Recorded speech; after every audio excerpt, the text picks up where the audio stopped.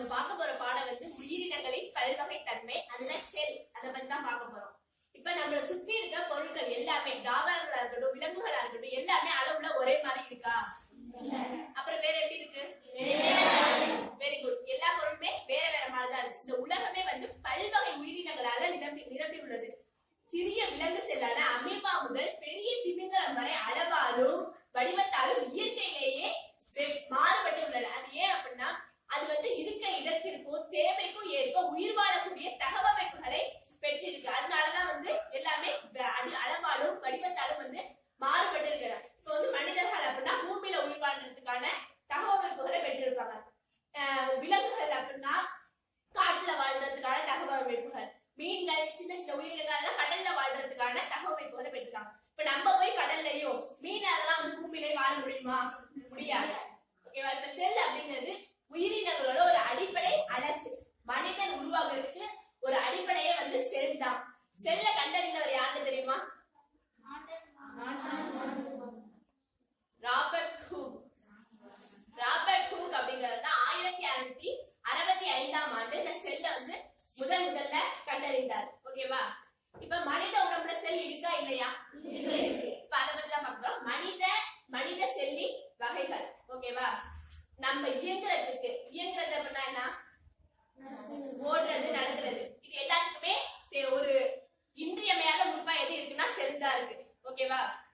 நம்ம எல்லாரும் இயங்குறதுக்கு ஒரு தேவையான இதே செல் தான். அது வந்து நம்ம அது செய்யற பணிக்கு ஏற்ப அது வந்து வடிவமைக்கப்பட்டிருக்கு. எல்லாமே வந்து ஒரே மாதிரி தான் இருக்கும்னு கிடையாது. சில செல் வந்து நீளமா இருக்கும், சில செல் வட்டமா இருக்கும், சில செல் கோளை வடிவத்துல இருக்கும்.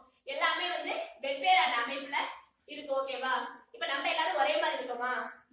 இல்ல, எல்லாருமே வேற வேற மாதிரி தான் இருக்கும். அது மாதிரிதான் செல்லும் வேற வேற வடிவத்துல இருக்கும். இப்ப அதை பத்தி பார்ப்போம். செல்லும் அவற்றோட வடிவமும். ஓகேவா?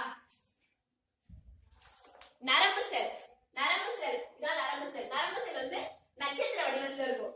அடுத்து சுடர் செல் வந்து இங்க குடுக்கல, அது வந்து குழல் வடிவத்துல இருக்கும்.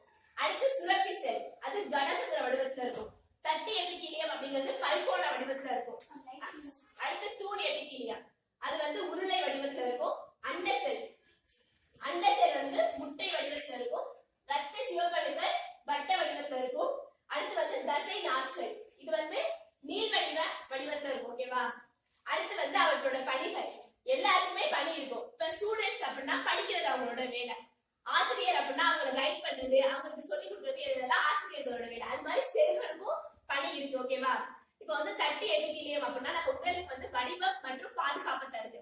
அடுத்து தசை செல், சுருங்கி விரிதல். இதுக்கு எடுத்துக்காட்டு நம்ம கண்ணை சொல்லலாம். கண்ணுல சிலிரிய தசை அப்படின்னு ஒண்ணு இருக்கு. அது வந்து தூரத்துல இருக்க பொருளை கண்ணை விரிச்சு பாக்குறதுக்கும், கிட்டக்க இருக்க பொருளை சுருங்கி பாக்குறதுக்கும் அந்த சிலிரிய தசை வந்து பயன்படுது. ஓகேவா? அதுதான் இங்க கொடுத்திருக்காங்க. கொழுப்பு செல்கள் வந்து கொழுப்பை சேமித்தல், நரம்பு செல்கள் நரம்பு துண்டலை கடத்துதல், எலும்பு செல்கள் உறுதி மற்றும் உடலை தாக்குதல். எலும்பு இல்லைன்னா நம்ம எப்படி இருப்போம் தெரியுமா? மண்புழு மாதிரி இருப்போம். அந்த எலும்பு இருக்கிறதுனால நம்மளால ஸ்ட்ரெயிட்டா நிற்க முடியுது, ஓட முடியுது, நடக்க முடியுது, ஒரு பொருளை குடிச்சு எடுக்க முடியுது. அது எல்லாத்துக்குமே நம்ம பயன்படுறது செல் தான். அடுத்து வந்து கூம்பு மற்றும் குச்சி செல்கள், அது வந்து பார்வை நிறத்தை வந்து உணர்த்துறதுக்கு பயன்படுது. செவியில் உள்ள நத்தை கூடு செல்கள் ஒளி அலைகளை உணர்த்துதல். சுரப்பி செல் அப்படிங்கிறது சுரத்தல். அந்த மாதிரி ஒரு செல்லுக்கு ஒரு பணி இருக்கும். ஓகேவா? அடுத்து மனித உடல்ல உள்ள வேறுபட்ட செல்கள். எல்லா செல்லும் நம்ம உடல்ல இருக்க எல்லா செல்லும் ஒரே மாதிரி இருக்காது, வேற வேற மாதிரி இருக்கும். அதுதான் பார்க்க போறோம். இது வந்து ரத்த செல்கள், இது வந்து வட்ட வடிவத்துல இருக்கு. இது வந்து வளவளப்பான தசை செல், இது நீள் வடிவத்துல இருக்கா. இது அண்ட செல், இது வந்து வட்ட வடிவத்துல இருக்கு. இது கொழுப்பு செல், இது வட்ட வடிவத்துல இருக்கு. இது எலும்பு செல், இது நட்சத்திர வடிவத்துல இருக்கு. இது வந்து நரம்பு செல், இதுவும் நட்சத்திர வடிவத்துல இருக்கு. இது வந்து விந்தணு, இது வந்து ஒரு நீள் வடிவத்துல இருக்கா. இதான் மனித உடல்ல உள்ள வேறுபட்ட செல்கள். அடுத்து செல் நுண்ணுறுப்புகளும் அமைப்பு செயல்பாடுகளும். செல்கள் வந்து இப்ப நம்ம எல்லாம் எங்க பரவி இருக்கோம்? ஸ்கூல்ல இருக்கோம், வீட்டுல நிறைய பேர் இருப்போம், ஒரு திருவிழா இருக்குன்னா அங்க நிறைய பேர் இருக்கும். அது மாதிரி செல்கள் எங்க பரவி காணப்படும் அப்படின்னா சைட்டோபிளாசம் அப்படிங்கிற உறுப்புலதான் செல்கள் வந்து பரவி காணப்படும். ஓகேவா? அடுத்து உயிருள்ள பொருட்கள் உயிர் நுண்ணுறுப்புகள் அப்படின்னு அழைக்கப்படுது. ஓகேவா? இவை வந்து உடல் வளர்ச்சிக்கும் தேவை.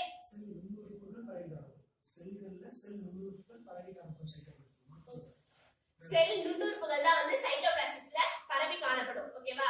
இது வந்து உயிர்